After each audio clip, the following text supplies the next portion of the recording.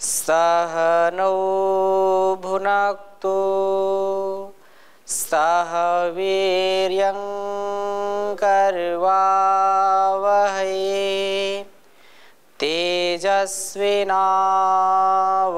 तेजस्विनावधीतमस्तु मा विद्विषावहै। ओम शांति शांति शांति। वैदिक जीवन पद्धति की इस कक्षा में पुनः आप सबका हार्दिक स्वागत है, अभिनंदन है। निरंतर हम इस वेद ज्ञान से, विज्ञान से अपने जीवन को सुंदर बनाने का नित्य संकल्प ले रहे हैं और अमृत जैसा ज्ञान वेदों का ज्ञान है जो हमारे जीवन में हर प्रकार की दिव्यता का आधान करने वाला है, जीवन को महान करने वाला है। उस भगवान का वरदान यह वेद ज्ञान है। इसलिए कहा है कि वेदों का पढ़ना, पढ़ाना, सुनना, सुनाना तथा आचरण में लाना हम सबका अर्थात आर्यों का परम कर्तव्य है, परम स्वधर्म है। इससे हम कभी भी विचलित न हो, इससे हमारा कभी इधर उधर ध्यान न जाए, अर्थात अपनी लक्ष्य की प्राप्ति के लिए सतत हम प्रयत्नशील रहें। ऐसा करने पर निसंदेह उस परम पिता परमेश्वर की कृपा दृष्टि, उसका प्रसाद, मन का प्रसाद हमको मिलेगा और हम संपूर्ण दुर्गुण, दुर्व्यसन और दुर्व्यवहारों से दूर हो जाएंगे। ऋग्वेद के प्रथम मंडल के 32वें सूक्त के मंत्रों का स्वाध्याय हमने किया है और बहुत ही सुंदर बात यहाँ पर चल रही है।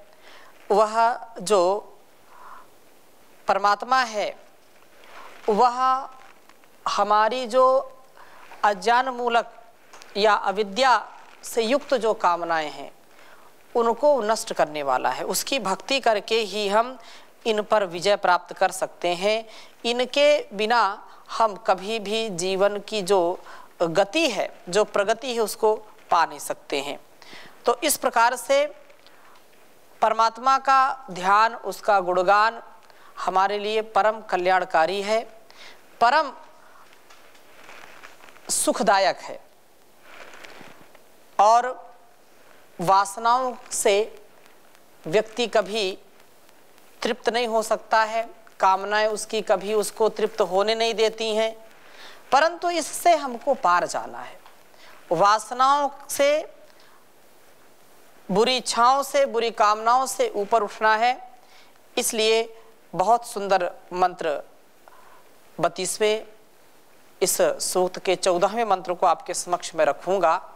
ये वासना जो है, ये जो तृष्णा रूपी नदी है, जो लालच है, जो लोभ है, जो हमको छल और कपट से युक्त कर देता है, काम और क्रोध से भर देता है, ऐसी भावनाओं से हम सदा जीतने वाले बने, विजेता बने, इसके वश में ना आए, ऐसी कामना हम सबकी है। तो वासनाओं की विनाशक प्रभु हैं, वही इसको दूर करेंगे। मंत्र मैं लिखता हूं, फिर कुछ निवेदन करूंगा।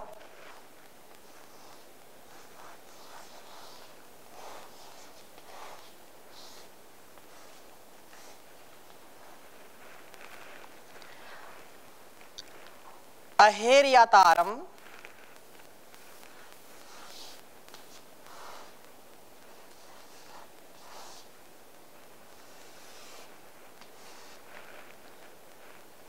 अहेर्यातारम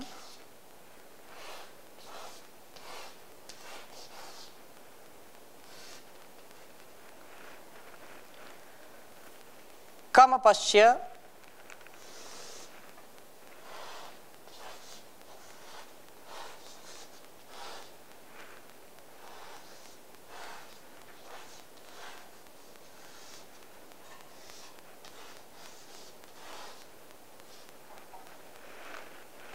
कमपश्य इंद्र हृदि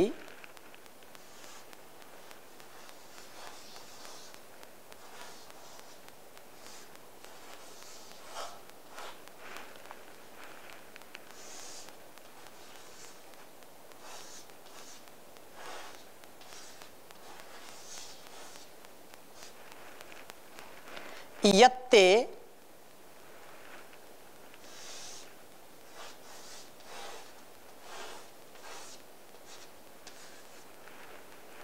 जघनुषो,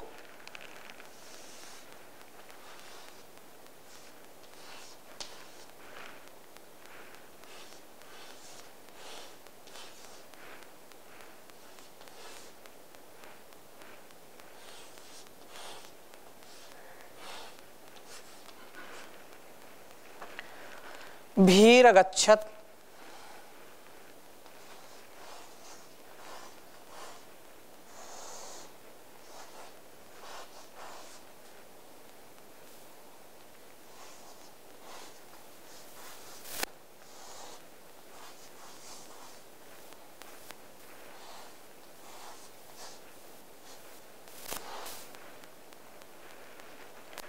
नवचा यन्नवतिम,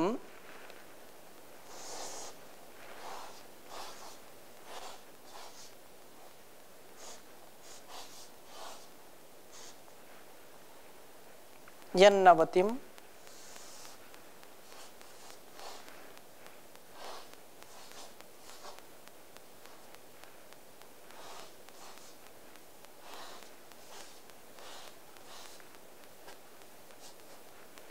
यन्नवतिम च स्रवन्तीः,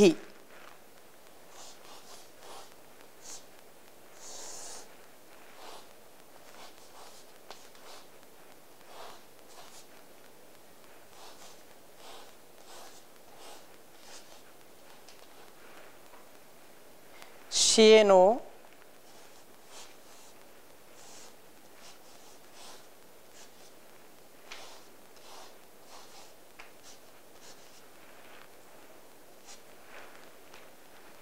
न भीतो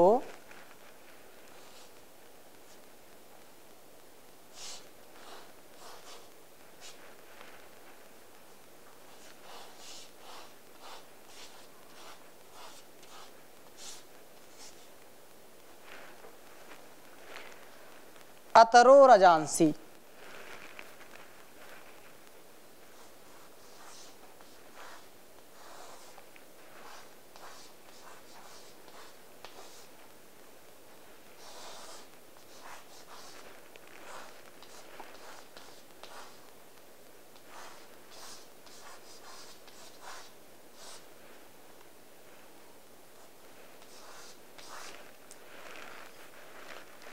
उच्चारण करेंगे एक बार। ओम अहिर्यातारम कमपश्य इंद्र हृदि यत्ते जघनुषो भीरगच्छत् नवचायन्नवतिम च स्रवन्तीः श्येनो न भीतो अतरो रजांसी। ओम अहिर्यातारम कमपश्य इंद्र हृदि यत्ते जघनुषो भीरगच्छत्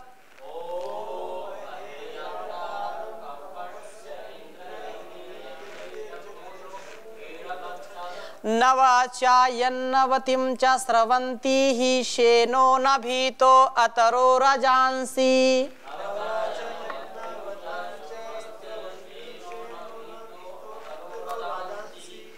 वेद मंत्र का अभिप्राय इस प्रकार से है। अहिर्यातारम, इस वासना को यदि हमको जीतना है तो इतनी सरलता से ये काबू में आने वाली नहीं है। इसका जीतना बड़ा कठिन काम है, इसको वश में करना बड़ा कठिन काम है। अतः यह सुगम नहीं है, सरल नहीं है। फिर क्या इसका जीतना असंभव सा प्रतीत होता है? क्या हम इसको जीत नहीं सकते? ये प्रश्न खड़ा होता है। परंतु जब परमात्मा को अपना मित्र बना लेते हैं, अपना सखा बना लेते हैं, अपना आचार्य, अपना गुरु बना लेते हैं, तो यह वासना निश्चित रूप से हमारे नियंत्रण में आ जाती है। इस वासना से संग्राम करता व्यक्ति निश्चित रूप से उसे मार गिराता है, उस पर विजय प्राप्त करता है। वस्तुतः इंद्र का मित्र प्रभु ही अपने मित्र के लिए इस काम रूपी शत्रु का विनाश करते हैं। मंत्र में कहते हैं कि इंद्र जो शत्रुओं का विदारण करने वाले हैं, शत्रुओं पर विजय प्राप्त करने वाले हैं। हे जीव अहे हे, अहे या तारम, अहे या तारम अर्थात इस आहनन करने वाली वासना के प्रति जाने वाले, उस पर आक्रमण करने वाले कम उस आनंद रूप प्रभु को कहा, कहा ईश्वर का प्रजापति का नाम है, कहा कौ के कम कौ कान केन काभ्याम कई। ये जो कस्मई देवाय हविषा विधेम बोलते हैं ना, चतुर्थी विभक्ति कस्मई। और वहां ईशोपनिषद में भी आप बोलते हैं ईशावास्यमिदं सर्वम यत् किंच जगत्याम जगत तेन त्यक्तेन भुंजी था माँ गृधा कस्य स्विद्धनम। तो कस्मई काभ्याम केभ्या कस्मात् काभ्याम केभ्या कस्य कयोहो केशाम। तो परमात्मा की उस व्यवस्था को, परमात्मा के उस स्वभाव को, उस शक्ति को हम समझ सकें, हम उसको आत्मसात करके इस वासना को हरा सकें, वासना पर विजय प्राप्त कर सकें, इसके लिए हमको सतत प्रयत्नशील रहना चाहिए।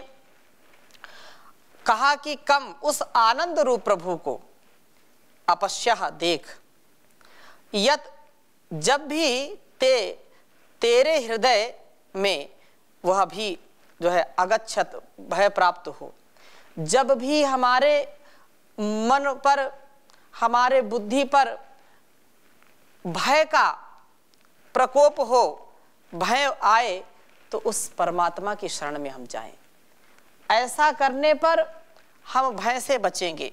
हमारी जो आंतरिक स्थिति है उसमें ऊर्जा का संचार होता है, क्योंकि संसार में सबसे ज़्यादा जो उत्साह मिलता है वह आत्मोन्मुख, जब हम आत्म कल्याण के लिए आत्मचिंतन करते हैं, आत्म प्रेरणा को सुनते हैं, तो हमारा उत्साह बढ़ता है, हमारा धैर्य बढ़ता है, हमारी जो कर्म में गति होती है उसमें प्रगति होती, कभी दुर्गति नहीं होती है। इसलिए कहा कि जब भी तुमको भय प्राप्त हो उस प्रभु का ध्यान करो। अरे उस प्रभु की मित्रता से कभी डर का कोई प्रश्न ही नहीं। कोई कभी भी, कहीं भी, किसी भी काल में, किसी भी हाल में रहे, उससे यदि मित्रता है तो कभी हमको भय लगता नहीं है। शांत एकांत में, नीरव या निर्जन जंगल में हम पहुंच जाते हैं और उसका हमको चिंतन होता है, उसका यदि हम गुणगान करते हैं, उसकी भक्ति से ओतप्रोत हैं, तो हमको कहीं भी भय नहीं लगता है, हम अभय रहते हैं सर्वदा। और कहा कि जघनुषः हतवतः, तूने उस काम रूपी प्रभु, जो काम रूपी हमारे अंदर शत्रु काम करता है, प्रभु के मित्रता के कारण वह काम रूप जो हमारा शत्रु है वो नष्ट हो जाता है, उसको हम मार गिराते हैं, अर्थात उस पर विजय प्राप्त कर लेते हैं। और हम डरते नहीं कभी, निरंतर गतिशील होता हुआ तथा न भीता न डरा हुआ रजांसी उदकानी उन वासना रूपी नदियों के राजस सभा रूप जलों को अतरह तैर गया है। ये जो आशा तृष्णा है, जो हमारे अंदर का जो अवगुण है, हमारे अंदर की जो कमियां हैं, कमियां क्यों होती हैं? क्योंकि हम बाहर के आकर्षण में अपने को लगाते हैं, ये हमको नष्ट करने वाली होती हैं। तो यही बात यहाँ कही है कि वो डरता नहीं है, अतरह वो तैर गया होता है उन वासना रूपी नदियों को, तृष्णाओं से जो है जो परिपूर्ण होती हैं। आशा नाम नदी मनोरथ जला तृष्णा तरंगा कुला रागा ग्राहव अति वितर्क विहगा धैर्य द्रुमा ध्वंसिनी मोहावर्त सुदुस्तराति गहना प्रोतुंग चिंता तटी तस्या पारगता विशुद्ध मनसो नंदन्ति योगीश्वरा नंदन्ति योगीश्वरा। जो विशुद्ध मन वाला हो जाता है, जिसके अंदर ये काम रूपी शत्रु नहीं होता है, वही इससे पार हो जाता है, वासनाओं को पार कर जाता है। काम क्रोध लोभ मोह की आंधी हमको गिरा देती है और इस वासना रूपी नदी को, तृष्णा रूपी नदी को हम पार नहीं कर पाते हैं, डूब जाते हैं। हम मझधार में, चक्कर में फंस जाते हैं, लेकिन मझधार में वह व्यक्ति भी उससे पार हो जाता है जो सुसंस्कार में उस परमात्मा के द्वारा दिए गए आदेश उपदेश को सिरोधार्य करता है और वैसा ही जीवन जो जीने का प्रयास करता है। इसलिए हम सतत संसार की वासनाओं को जीतने वाले बने और जीतने का यही उपाय है कि हम उसकी शरणागति को प्राप्त करें, सुकर्मशील बने रहें, कभी भी दुष्कर्मों में हमारी प्रवृत्ति ना हो।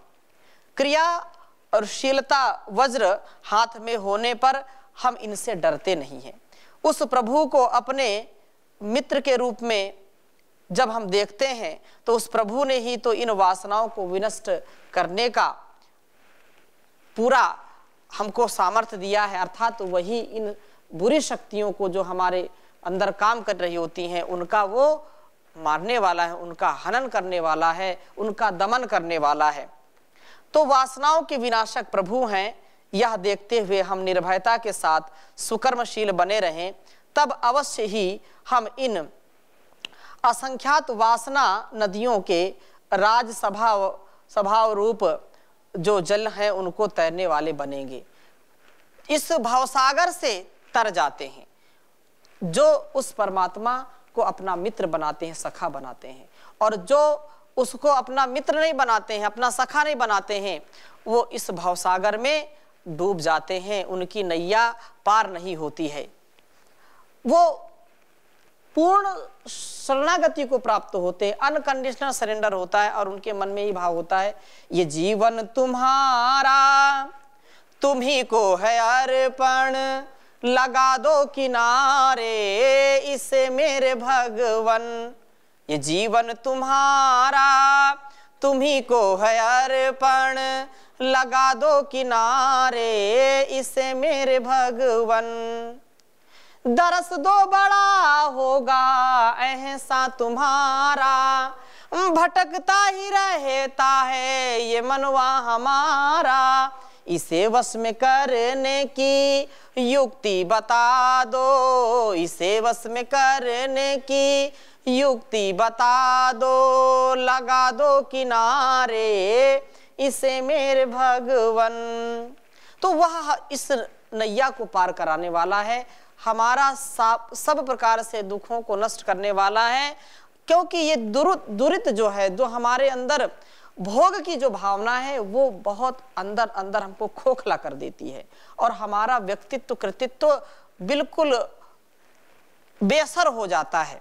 इसलिए कहा है कि विरम विरम संगान मुंच मुंच प्रपंचम, विसृज विसृज मोहम विधि विधि स्वतत्वम, कलय कलय वृत्तम पश्य पश्य स्वरूपम, कुरु कुरु पुरुषार्थम निर्वृत्तानंदते तो, विषय विपिन वीथि संकटे पर्यटन्ति, झटित घटित वृद्धि कापिलाब्धावकाशा, अपि नियम नरेन्द्रा नाकुला त्वं नयन्ति, छलयति खलु कं वा नेयमा पिशाची। ये जो कामनाएं हैं इनसे हमको कभी भी तृप्ति नहीं मिलती है। विरम विरम भोगान, हमको भोगों में विराम देना चाहिए। विश्राम देना चाहिए। और विश्राम कहाँ मिलेगा? परमात्मा की शरणागति में, परमात्मा की गोद में। कार्यांतर ही विश्राम है। सतत पुरुषार्थ करते रहें, पुरुषार्थ सही दिशा में करें, ज्ञानपूर्वक करें, और जिससे मेरे समाज का, मेरे राष्ट्र का, मेरे संसार का जिससे कल्याण हो, ऐसा पुरुषार्थ हम सबको करना चाहिए। पुरुषार्थ से शून्य व्यक्ति मृत्यु को प्राप्त होता है, अर्थात वो जीते जी मर जाता है। लोग कहते हैं कि जिंदगी जिंदा दिली का नाम है, मुर्दा दिल तो खाक जिया करते हैं। जिंदगी जिंदा दिली, जिंदा दिली का तात्पर्य क्या है? क्रियाशीलता। जिंदा दिली का तात्पर्य क्या है? तुम अपने को इतना कृतित्व और व्यक्तित्व में ऊंचा उठा लो कि लोग आपका नाम लें, आपको आदर्श माने। अपनी क्षमताओं को हम समझें। क्षमता कम भी हो सकती, ज्यादा भी हो सकती है, परंतु उन कम और ज्यादा, न्यून अधिक क्षमताओं में से जैसा भी हमको सामर्थ्य मिला है, हम उसको सेवा में 100% लगाने का पूरा प्रयास करें। और ऐसा प्रयास करने से कामनाएं, जो काम है वो हमारे आसपास भी फटकता नहीं। एक बार भगवान महर्षि दयानंद, क्योंकि भगैश्वर्य वो जो ब्रह्मचर्य ज्ञान विज्ञान के भंडार थे, उनसे किसी ने आकर के पूछा, महर्षि आपको कभी काम ने सताया? क्या आप काम से पीड़ित हुए? महर्षि दयानंद कुछ क्षण मौन हो गए और फिर तुरंत बोले कि ऐसा मुझको अनुभव नहीं है, ऐसा स्मरण नहीं है कि कभी काम आया हो। हाँ, हो सकता है कि वो आया हो और दरवाजा खटखटा करके चला गया हो। कहने का आशय कि मैं इतना स्वयं व्यस्त रहता हूं, इतने काम मेरे पास हैं कि काम आया भी होगा तो काम मेरे पास है, तो काम वो मुझको सताया नहीं। यही संदेश यहां से हमको मिल रहा है कि अपने आप को हम क्रियाशील बनाएं और शुभ कर्मों में लगाएं। शुभ कर्म करने से वासनाएं हमारे अंदर कभी आती नहीं है। और शुभ कर्म कब कर सकते हैं? जब हम प्रभु को अपना मित्र बना लेते हैं, सखा बना लेते हैं, उसकी शरणागति को प्राप्त होते हैं, उसका गुणगान करते हैं, उसका चिंतन करते हैं, उसका ध्यान करते हैं, तो हमारे अंदर की जो अज्ञानता से, अविवेक से और जो छल कपट से युक्त भावनाएं हैं, जो हमारे हठ और दुराग्रह को बढ़ाने वाली हैं, भोग भावनाओं को बढ़ाने वाली हैं, ऐसी वासनाएं कभी अपना सिर नहीं उठाती हैं। वो सदा दबी रहती हैं और उस दबी हुई जो स्थितियां हैं उनमें कभी कालांतर में वो वासनाएं बिल्कुल मिट जाती हैं और हम प्रभु की भक्ति से उत्प्रोत हो जाते हैं। लेकिन यदि हमने इसको नहीं किया तो हमारा जीवन बिल्कुल व्यर्थ होगा। परमात्मा ने कितना सुंदर शरीर और सुंदर संसार दिया है, वह निरर्थक हो जाएगा, व्यर्थ हो जाएगा, उसका कोई अस्तित्व नहीं होगा।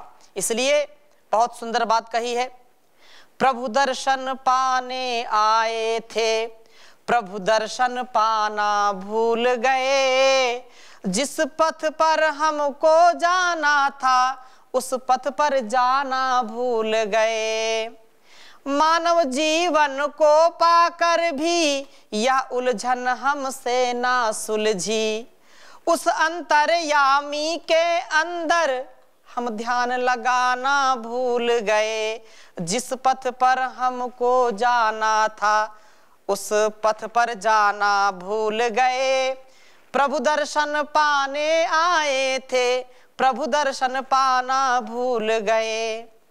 यम नियमों के साधन द्वारा हम ध्यान लगाना भूल गए, यम नियमों के साधन द्वारा अपने को निर्मल करना भूल गए। ऋषियों की भांति ज्योति से ज्योति मिलाना भूल गए, जिस पथ पर हमको जाना था उस पथ पर जाना भूल गए। अपनी ही अविद्या के कारण भगवान को समझा दूर सदा, हम खुलकर खेले पापों से शुभ कर्म कमाना भूल गए।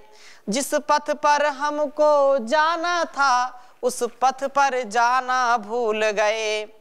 कर हिंसावादी बन बैठे देवों का जमाना भूल गए। धरती के मानव हैं जितने भाइयों सा सबसे नाता है, हम हिंसावादी बन बैठे देखो देवों का जमाना भूल गए। जिस पथ पर हमको जाना था उस पथ पर जाना भूल गए। भूले उस उलझाने देश की फिर प्रभु भक्त दयानंद जी आए। ऐसे उपकारी नेता की आज्ञा निभाना भूल गए। जिस पथ पर हमको जाना था उस पथ पर जाना भूल गए। प्रभु दर्शन पाने आए थे, प्रभु दर्शन पाना भूल गए। ये संसार का दर्शन करके हम भ्रांत हो जाते हैं। परमात्मा ने संसार बनाया है, ये संपूर्ण सृष्टि बनाई है अपनी ओर बुलाने के लिए, लेकिन हम इसमें रम गए और उसको भुलाने का काम किया है। हम जब उसको भुला देंगे तो हमारा जीवन भी कभी भी श्रेष्ठ और दिव्य नहीं बन सकता है। हम अपने जीवन को शुभ कर्मों से भरें, शुभ क्रियाशीलता से भरें, जिससे अशुभ हमारा मिट जाए और हम अंधकार से, अविवेक से, अज्ञान से, अविद्या से, अन्याय से ऊपर उठ करके न्याय युक्त, धर्म युक्त, ज्ञान युक्त, विवेक युक्त जीवन जी सकें और दूसरों को भी इसकी प्रेरणा दे सकें। तो इन्हीं शुभ संकल्पों के साथ आज की कक्षा को यहीं पर विराम देते हैं। शेष चर्चा अगली कक्षा में करेंगे। ओम शांति शांति शांति।